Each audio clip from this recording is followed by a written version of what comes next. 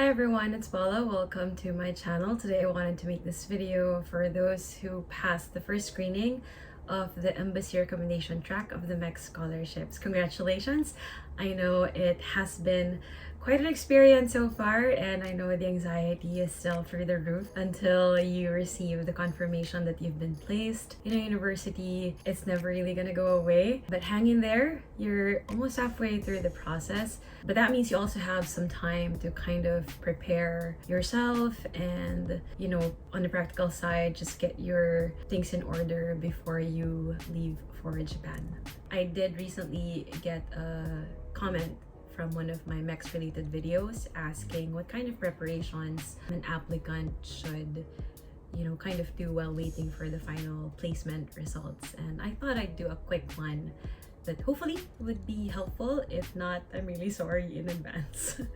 For ease of reference, I will discuss 4 things in this video. The first one would be money, the second would be documents, the third would be your personal effects, and fourth would be language.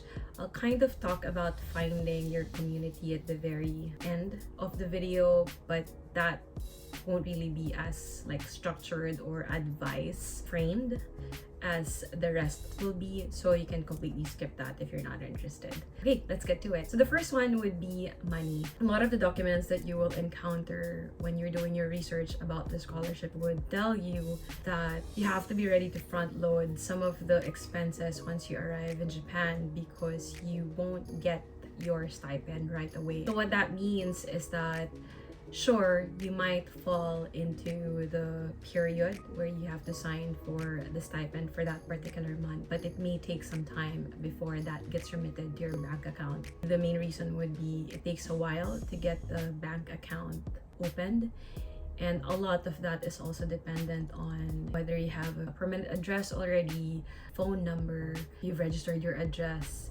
in your Kuyakusho or your city office, the ward office. So there are a lot of administrative things that you have to do once you arrive in Japan before you can open a bank account. And even the process of getting that bank account open may take a while. Your mileage will vary. In some instances, your bank account will be open in a day or two, but my case was quite extraordinary. It took 4 months before my bank account got opened.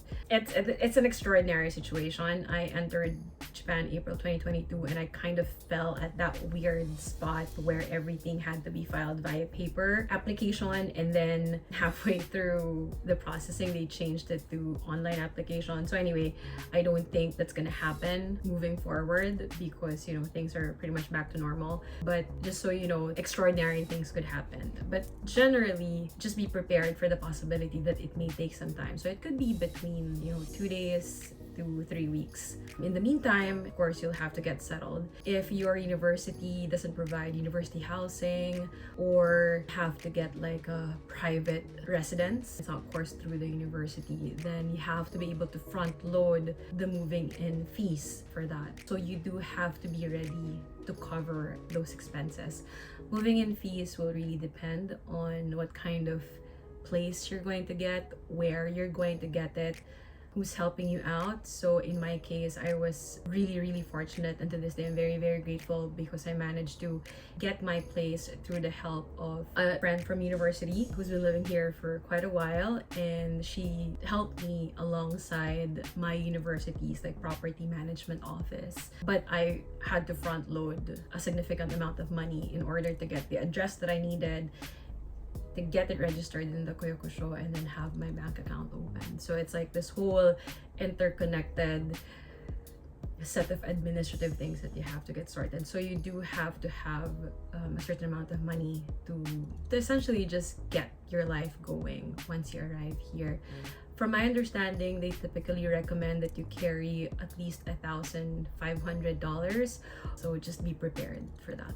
The second one would be your documents. In my experience, once I transitioned from Kenkyusei or research student to PhD student, I had to submit originals of my transcript, certified true copies of my diploma, even the IELTS, my expired IELTS, I had to submit an original of that. So good thing I brought the original expired results of my IELTS. I had to submit that to the university. So just to save yourself from courier fees, just make sure that you have all of those ready. Not all universities will require those. Some I think would be okay with just you sending them a soft copy, but you never really know. Better to be prepared by having a hard copy of all those documents that you might need to transition from your KenQC period to regular student period.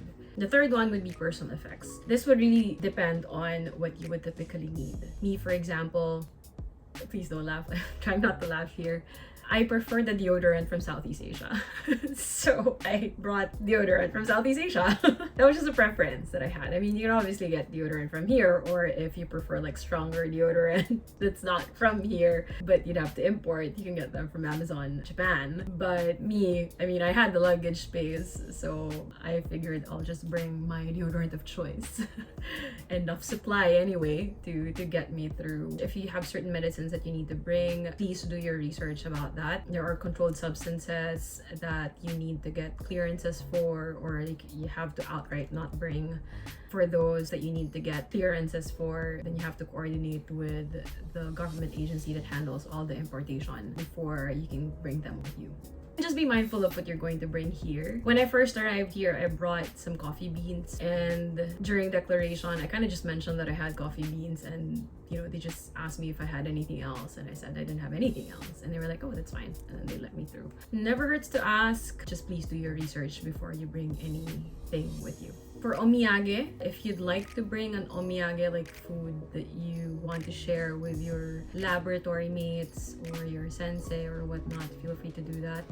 But also be mindful of the culture in the laboratory. For clothing, personally, a lot of the clothes that I use now, I just bought from GU and Uniqlo. GU and Uniqlo here are cheaper than Uniqlo in the Philippines. So I really take advantage of the fact that it is cheaper here.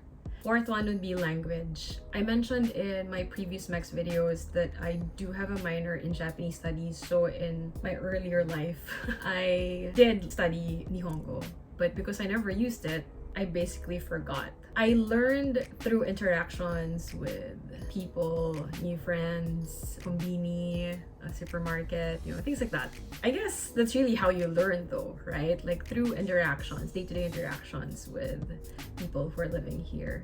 But if you do have the time and you have the bandwidth, I would recommend that you start learning at least conversational Japanese. You have 6 months. You could do a lot with those 6 months. I personally use Pimsleur these days. I tried using Duolingo, but it just wasn't as effective for me as Pimsleur has been. So with Pimsleur, and this is not a sponsored video by any means because my channel is way too small to be sponsored for anything.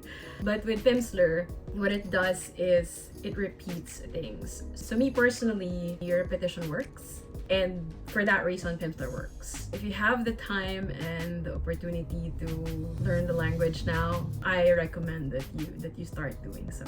And then the last one, this is not an advice, but just something to be mindful of. As we get older, it's harder to find new friends. It's harder to make new friends. I'm used to moving around. I'm used to having like pockets of friends all over the world. But even I had a hard time adjusting to the kind of solitude that, Tokyo introduced me to. I have since found my tribe here, luckily, but it did take a while, and that's just something that you have to kind of be ready for. But when you do find your tribe, it will be worth it. Something to think about in the next few months. All in all, that's going to be part of any experience anyway, regardless of where you move and regardless of the reason behind that move. You will encounter challenges around finding your community. So there's that. So that's it. If you have any questions, please do comment it down below. I will try my best to answer them. I know I haven't been consistent with posting. I am trying to make an effort to change that. But for now, let me leave it at that. I hope that was helpful somehow. Thank you so much, and I'll see you in my next video. Bye!